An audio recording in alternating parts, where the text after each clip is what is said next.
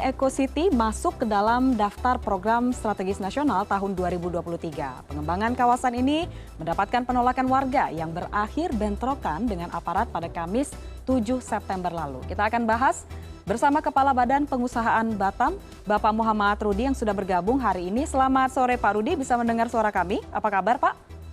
Sore Mbak. Assalamualaikum warahmatullahi wabarakatuh. Waalaikumsalam warahmatullahi wabarakatuh. Pak Rudi, langsung saja terkait rencana relokasi warga Rempang untuk pengembangan kawasan Rempang Eco City ini. Bagaimana Pak sebenarnya duduk perkaranya sehingga kemarin tanggal 7 September itu bisa terjadi bentrokan? Ya, saya kira semenjak ditentukan MOU antara Indonesia dengan China, kita diberi tugas bagaimana menyelesaikan lahan yang ada di Pulau Rempang itu sendiri. Di Pulau Rempang jumlah atau luas tanah yang kita telah serahkan ke PT MEK pada tahun 2004 itu lebih kurang 17.600 hektar. Itu tata ruangnya ada hutan lindung, ada APL dan lain-lainnya. Selama 2004 sampai hari ini memang karena tidak ada perkembangan lain, maka mungkin lahan tersebut hanya begitu saja sehingga banyak digunakan oleh masyarakat. Kalau 2004 sampai hari ini 2023 ini sudah hampir 19 tahun.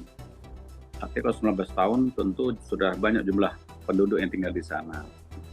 Karena 2023 ini mereka akan mengembangkan karena alhamdulillah ada perusahaan dari China yang akan membangun solar kaca di Kota Batam, Indonesia. Maka tanah tersebut mereka menyampaikan ingin diambil kembali. Dan sebagai pimpinan daerah dan kepala BP, kita dipanggil Pak Menko bagaimana minta diselesaikan. Tentu sama kita identifikasi seluruh penduduk yang di sana dan kita mulai sosialisasi bahwa kita sampaikan tanah tersebut akan dikembangkan. Memang dalam tanah tersebut ada 2.000 hektar yang akan kita dahulukan untuk digunakan investasi perusahaan China tadi, ini sendiri. Di dalam 2.000 hektar ini ada 4 perkampungan yang ada di situ. 3 di 2.000 hektar, yang satu lagi di tower yang akan dibangun oleh PT MEK ini sendiri. Jumlahnya lebih kurang hampir 700 kepala keluarga. Ini mungkin yang mau kita dulukan, agar dulukan untuk bergeser atau kita pindahkan, sehingga lahan tersebut bisa digunakan oleh PT Sini sendiri. Ya, Pak Rudi, tadi oleh Anda masyarakat sana sendiri. Apa Mbak? Ya, Pak Rudi tadi di awal sempat menyebutkan bahwa MOU-nya sendiri ini kan ditandatangani tahun 2004 begitu ya, dalam arti 19 tahun yang lalu, dan proses pembangunan ini baru mulai akan dilakukan di tahun 2023 ini, di mana tadi ada 2.000 hektar begitu yang akan didahulukan. Bagaimana mengingat jeda waktu yang sangat lama atau cukup lama ini, bagaimana kemudian Pak komunikasi antara pengelola proyek Rempang Eco City dengan warga setempat, utamanya terkait sosialisasi ataupun informasi mengenai ganti rugi bagi warga, begitu Pak? Kalau komunikasi perusahaan dengan warga mungkin baru mulai sekarang Mbak. Tapi dari 2004 komunikasi dengan pemerintah saya kira berjalan terus sehingga sampai 2003 kemarin. Bahwa mereka ingin mengembangkan, maka kita sebagai pemerintah bagaimana mendudukkan dengan warga ini sendiri. Karena warga tinggalnya mungkin yang di pesisir yang 3 kampung tua di Rempang dan 1 untuk tower, tinggalnya mungkin cukup lama turun-temurun. Jadi mereka meminta pada kita supaya lahan tersebut atau tempat tinggal mereka tidak terlokasi. Kita menyampaikan pada mereka akibat daripada proyek ini kalau dibangun. Karena ini membangun adalah solar kaca yang akan dibangun, bahan dasarnya adalah pasir silika. Ini tentu akan berisiko kesehatan bagi masyarakat itu sendiri. Mungkin sebab itu perusahaan berkehendak tidak ada rumah tinggal di sekitar pembangunan daripada perusahaan 2.000 hektar ini sendiri. Maka dengan itu kita sampaikan pada saudara kita, masyarakat di sana, untuk bisa kita hijrahkan mungkin ke tempat yang lain. Kehidupan masyarakat sana rata-rata kita ketahui adalah nelayan dan perkebunan kecil sekali. Tentu mereka juga meminta pada kita relokasi atau hijrahnya tetap ke tempat pesisir pantai untuk mereka bisa langsung ke laut. Dihijrahkan. Kita dari BP Batam sudah Ya, Pak Halo? Rudi, tadi Anda menyebut dihijrahkan begitu, dalam arti saya menangkapnya sebagai relokasi begitu ya, dari lokasi awal ke lokasi tujuan. Kalau boleh tahu Pak Rudi, di mana kira-kira lokasi yang menjadi tempat tujuan relokasi atau tempat bagi warga yang akan nantinya dipindahkan? Ya, saya kira karena Rempang mau diambil semua, maka kita bergeser dari Rempang menuju ke Jembatan 5, yaitu di Dapur 3. Posisi yang mau kita berikan juga di bibir pantai, tentu karena jumlahnya besar. Kalau dari 17.600 itu hampir 2.700 KK. Tapi kalau 2.000 hektar ini sekitar 700 KK. Tapi semuanya nanti akan bergeser semua. Tapi yang kita butuhkan adalah 700 KK, tapi semua akan kita bangun, Mbak. Maka nanti semua mudah-mudahan rakyat Kota Batam, rakyat saya bisa menerima untuk perpindahan ke Dapur 3 sendiri.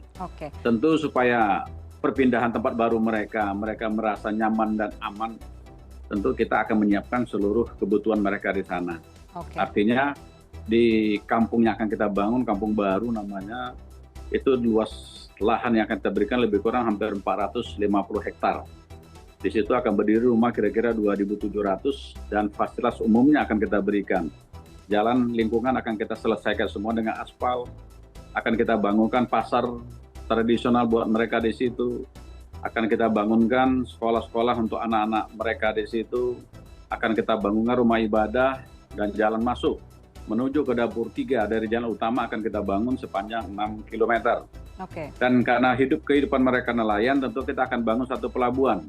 Pelabuhannya multifungsi, tidak hanya untuk tambat sampah nelayan, tapi situ akan jadikan pelabuhan bongkar muat juga. Karena jumlah penduduk hampir 3.000 KK nantinya, maka jumlah penduduk cukup besar. Sehingga sembako dan kebutuhan lain harus dikirim, maka pelabuhan kita bangun.